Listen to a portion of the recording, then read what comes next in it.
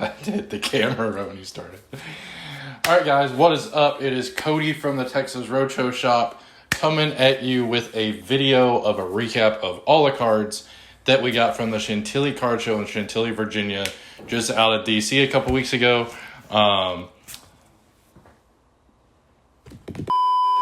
It was a great show.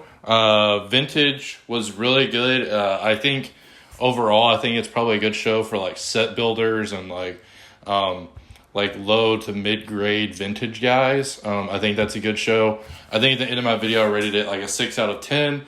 I usually like that show for the diversity of stuff and not having like, the same exact dealers that you see at Dallas or at the National or wherever. It's kind of a different show that's been around for a while. We do get in a variety of stuff. As you can see, we do have a pretty big stack. I don't know if that's in the camera.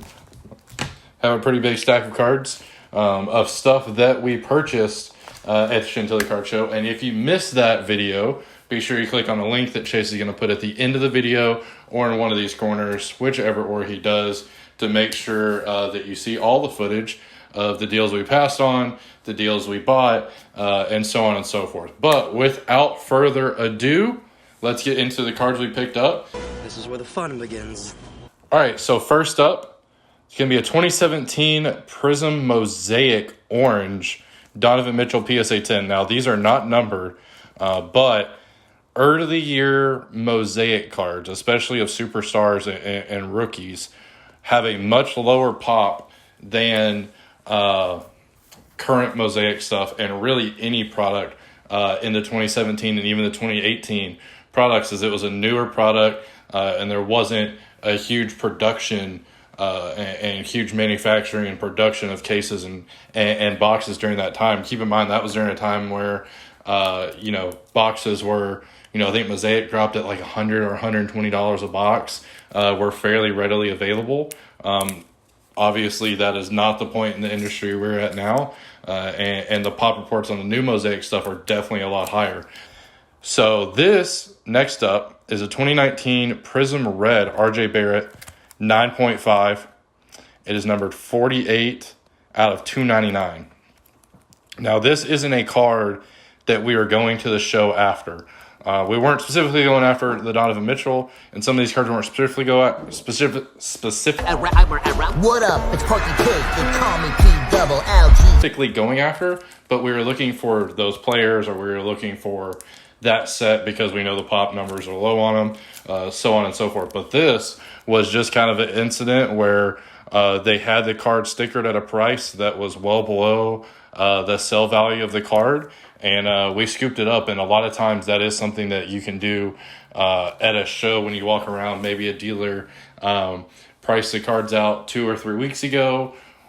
The season starts, RJ Barrett has a few good games, all of a sudden that card is $650. The dealer hasn't updated the prices. A lot of times you can find some good deals that way.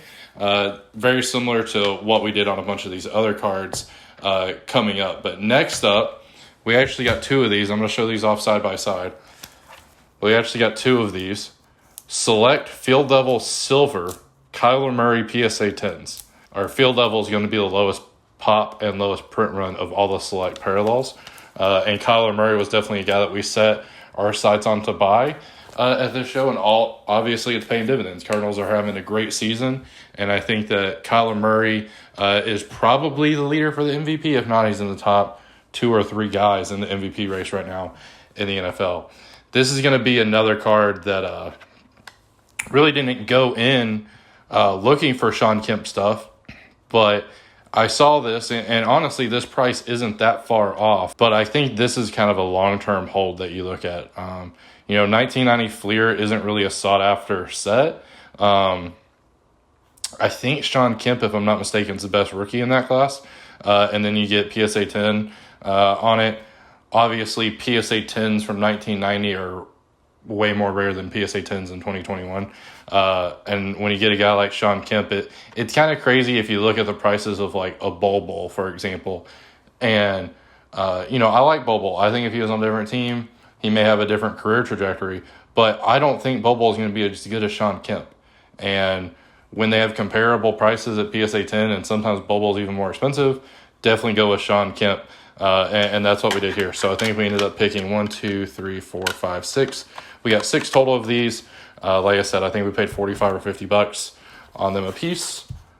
And I will take that all day, every day. And this next card is a 2011 Bowman's Best Mike Trout Prospect PSA 10. And you'll look in the video, if you go back and watch it, I don't think we got a super good deal on this. I think it was right around comps or a little below it. But Mike Trout's definitely a guy that I think his comps are undervalued. He had some injury issues this year. But I think if he gets back to where he can play a full 162 game season, it's no doubt who the best player in baseball is. And I think his cards are going to reflect that, especially if the Angels can build some talent around him. Next up, and this is going to be the first hockey card from today. There's going to be more to come. But hockey is definitely a sport that I'm buying, if you saw in that video. And if you watch the Dallas video, I got some wax, some hockey wax. My whole theory behind buying this, now kind of, Wayne Gretzky is kind of on a different level just because he's like the Michael Jordan of hockey, if not even more impressive stat-wise when you look at what he's the career leader in and how far ahead he is of everybody else. So Wayne Gretzky's kind of on his own page, and anytime you can pick up a GOAT like that at a good price, you do. Next up, Vlad Jr. Vintage Stock out of 99. Now, many of you that have followed this channel, and that's a 9.5.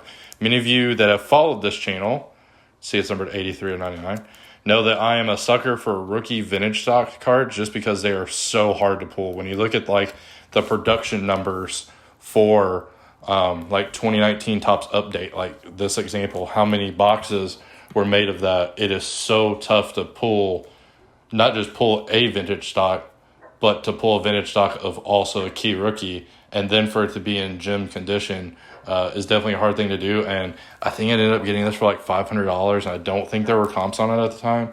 So I'm pretty happy with that. That's definitely a rare card and definitely a card you're not going to see all the time. And speaking of hockey, got some more hockey cards here. As you can see, they're all Jaromir Jagr rookies from 1990. Majority of them are O-Pee-Chee. Got 1, 2, 3, 4, 5. Is that right? Yeah, 5 PSA 8s. And then we got a PSA 9 Upper Deck French Jaromir Jagr. See if I can get that in the frame. And like I said, like these honestly aren't very expensive right now. I'd have to go back in the video and look, see exactly what I paid, but they're not very expensive. And considering he's still playing, he's still relevant, and he's going to be in the Hall of Fame for sure.